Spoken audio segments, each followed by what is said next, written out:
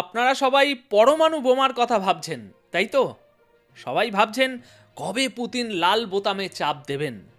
কিন্তু বিশ্বাস করুন, ওটা তো শুধু চোখের ধুলো। আসল খেলাটা ভ্লাদিমির পুতিন খেলে ফেলেছেন গত 48 ঘন্টায়, যা সিএনএন থেকে বিবিসি সকল আন্তর্জাতিক সংবাদ মাধ্যমের হেডলাইন এই মুহূর্তে। পশ্চিমী বিশ্ব ভেবেছিল রাশিয়ার পকেট গড়ের মাঠ করে দেবে, ওদের ভাতে মারবে।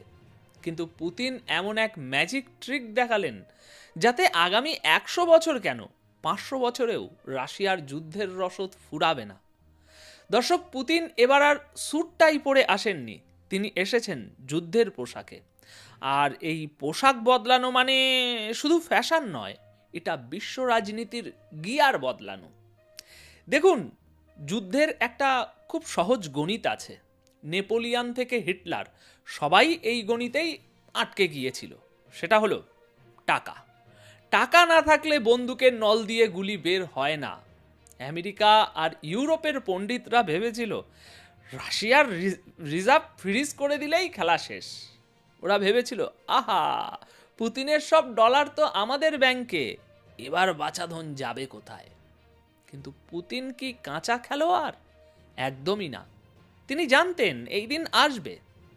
আপনারা শুনলে আকাশ থেকে পড়বেন, ইউক্রেনের যে 25% জমি রাশিয়া এই মুহূর্তে দখল করে বসে আছে, সেটা কিন্তু শুধু ওই কোনো ফাঁকা মাঠ বা জঙ্গল নয়, ওটা হলো ইউক্রেনের ট্রেজার আইল্যান্ড বা গুপ্তধনের সুন্দুক।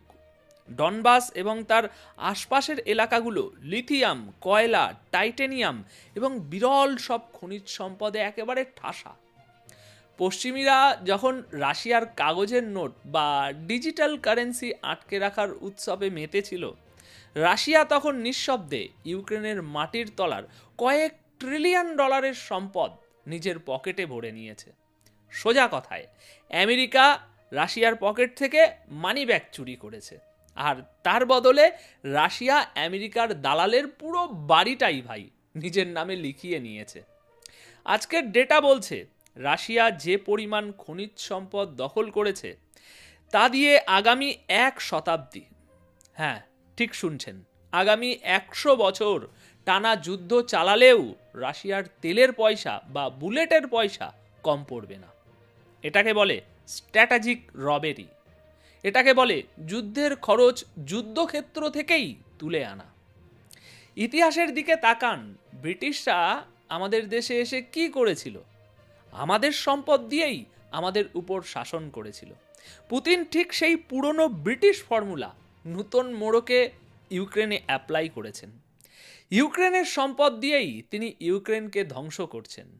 দর্শক, এর চেয়ে বড় ট্র্যাজেডি এই 2026-এ আর কি হতে পারে? আচ্ছা, এবার আসি দ্বিতীয় শকিং তথ্যে। এটা কোনো মিসাইল বা বোমার গল্প নয়, এটা হলো বায়োলজিক্যাল দাবা খেলা। রাশিয়ার সবচেয়ে বড় সমস্যা কি জানেন? লোকসংখ্যা কমে যাওয়া। যুদ্ধে প্রচুর তরুণ মারা যাচ্ছে।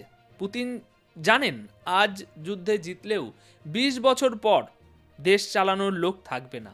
তাই তিনি এমন এক ঘোষণা দিলেন যা ইউরোপের কোনো দেশ স্বপ্নেও ভাবতে পারেনি।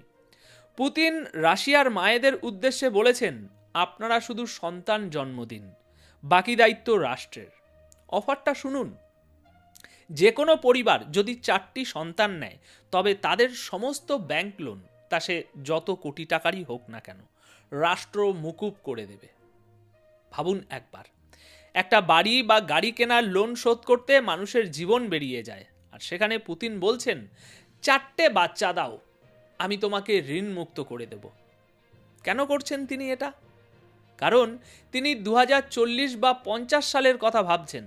তিনি এমন এক নতুন প্রজন্ম তৈরি করতে চাইছেন যারা হবে স্টেট স্পন্সার্ড বা রাষ্ট্রপালিত সন্তান। তাদের আনুগত্য হবে অকাট্য। তিনি শুধু আজকের যুদ্ধ লড়ছেন না, তিনি আগামী 50 বছরের জন্য রাশিয়ার অস্তিত্ব টিকিয়ে রাখার রসদ তৈরি করছেন। অন্যদিকে ইউরোপের দিকে তাকান, তারা রিফিউজি সামলাতেই হিমশিম খাচ্ছে, আর পুতিন নিজের দেশে হিউম্যান ক্যাপিটাল বা মানব সম্পদ বাড়ানোর মেশিনে তেল দিচ্ছেন। এটাকে বলে ভিশন। নিষ্ঠুর কিন্তু কার্যকারী। আচ্ছা, এবার একটু কিভের দিকে নজর দেওয়া যাক। পুতিন তার সাম্প্রতিক ভাষণে জেলেন্সকিকে আর প্রেসিডেন্ট বলে সম্বোধন করেননি।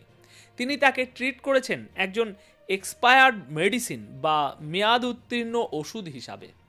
পুতিনের সোজা কথা, ভাই তোমার মেয়াদ শেষ, নির্বাচন তো দাওনি, তুমি এখন অবৈধভাবে গদি দখল করে আছো। পুতিন খুব ইন্টারেস্টিং একটা পয়েন্ট তুলেছেন। তিনি বলছেন এই একই কাজ যদি মধ্যপ্রাচ্যের কোনো শাসক করত, অর্থাৎ নির্বাচনের মেয়াদ শেষ হওয়ার পরেও ক্ষমতায় বসে থাকতো, তাহলে আমেরিকা এতক্ষণে সেখানে গণতন্ত্র উদ্ধারের নামে বিমান হামলা চালিয়ে যেত। কিন্তু যেহেতু জেলেন্সকি তাদের ঘরের ছেলে বা সোজা কথায় পুতুল, তাই 7 খুন মাপ। কিন্তু বাস্তবতা বড় কঠিন।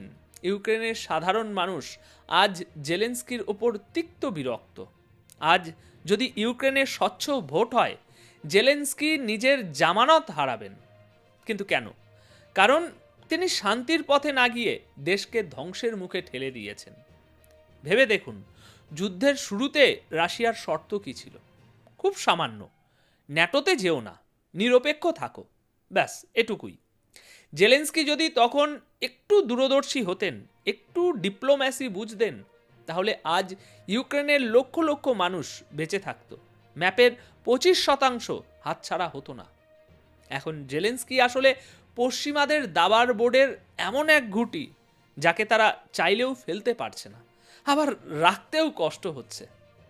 আমেরিকা তাকে ব্যবহার করছে রাশিয়াকে দুর্বল করতে, আর এই প্রসেসে ইউক্রেন নামক রাষ্ট্রটা হাড়মাসহীন কঙ্কালে পরিণত হয়েছে।